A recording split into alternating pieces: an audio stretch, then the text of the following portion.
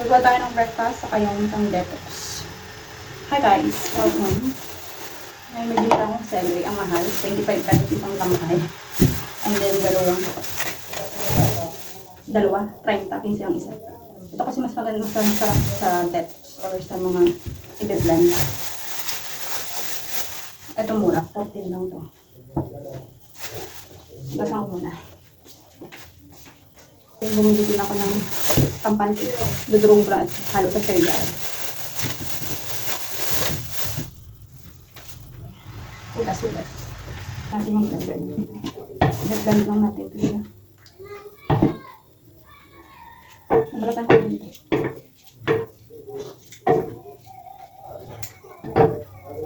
Sabi.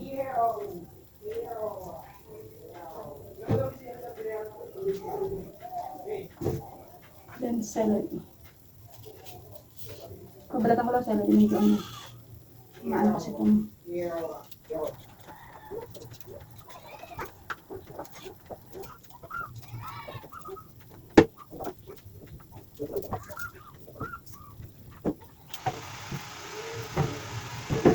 then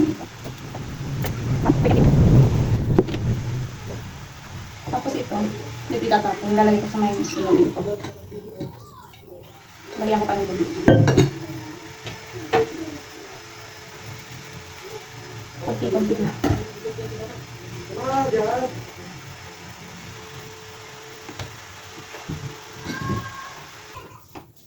Yan, nalagyan ko na ng tubig. Medyo malabo yung video kasi isa lang ano dito eh.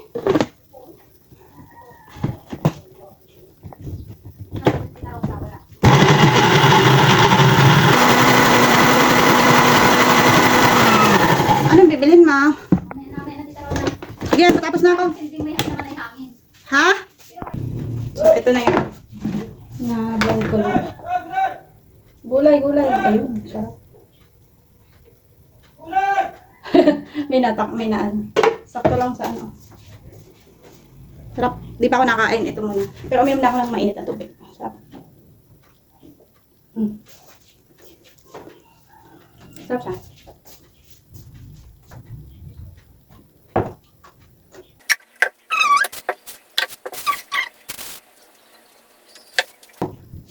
Banana.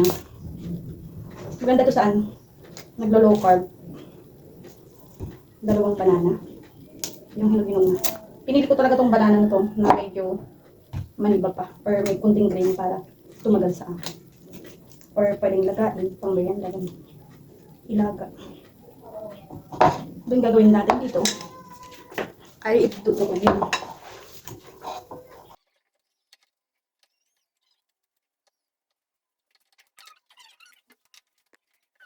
Lalagay ako ng itlog. Tapos, konting sugar para magusto ng ano ko.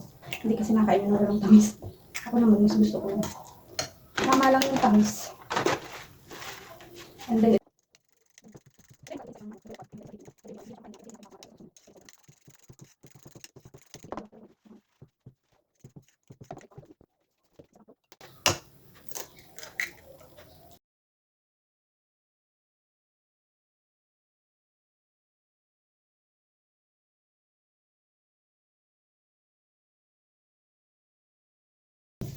paint lang natin yung pan, pero hindi natin maglalagay ng mantika kasi non-stick naman yung pan natin. Yung pan. Lagay tayo.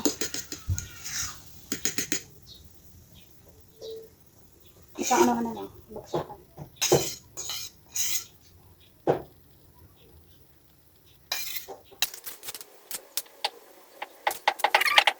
Takpan muna natin para matuto yung ibabaw. Balik pa na natin. Medyo pwede na siya. Para hindi masulat.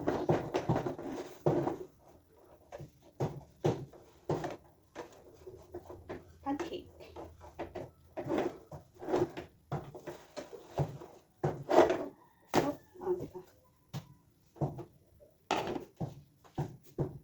Okay na. Patayin natin. Okay na yung kulay na.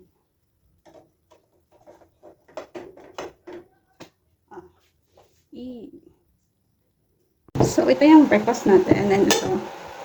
Then, magtinimpla ako ng coffee. And then, may coffee tayo. Kain ulit tayo guys. Puro na lang pagkain ang ginagawa ko. Ito ay pang detox. Kailangan to, inumin ng wala pang naman yung time. Pero pang ano naman to eh, mabigat din ito sa katawan. Ano, kailangan natin itong inumin ng wala pang naman yung para mas effective daw yung paglinis ng ating liver.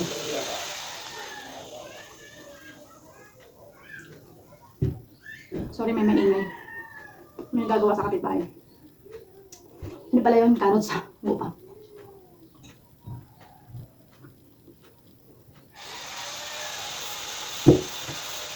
Ito ang ating input. Hindi ko alam kung magugustuhan ito na ano ko.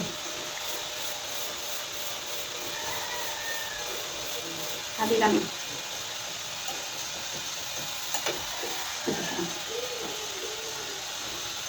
Kain.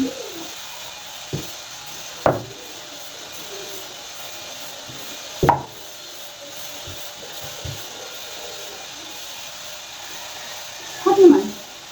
Masa pala? Medyo ano, naragdagan yung ano. Kamis mo. Tingnan mo, lutong-luto. Wala pa siyang flour. Pabili po! Haglit lang. Hindi naman bibili. May nabili pa rin sa tindahan ko kahit paubos na. Kasi nakabukas naman yun. Pero pag hindi naubos, gamit sa bahay, katulad ng toyo, mga Milo, kape.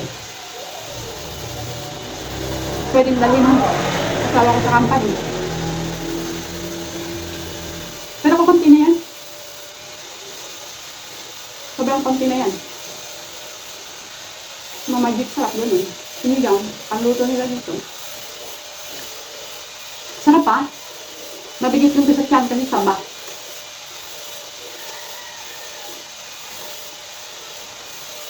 Sabi, instead na tinapay, ito na lang daw yung lutuin mo. Mas healthy pa. At hindi pa. Kasi yung tinapay, hindi daw yung healthy sa katawan. Itiga nga, mahilig ako sa tinapay. Nakakabulol. Nabubulunan ako.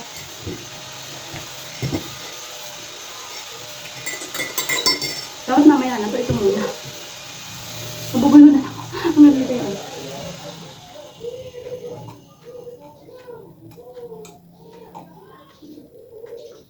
Ito may ano din to. Saging.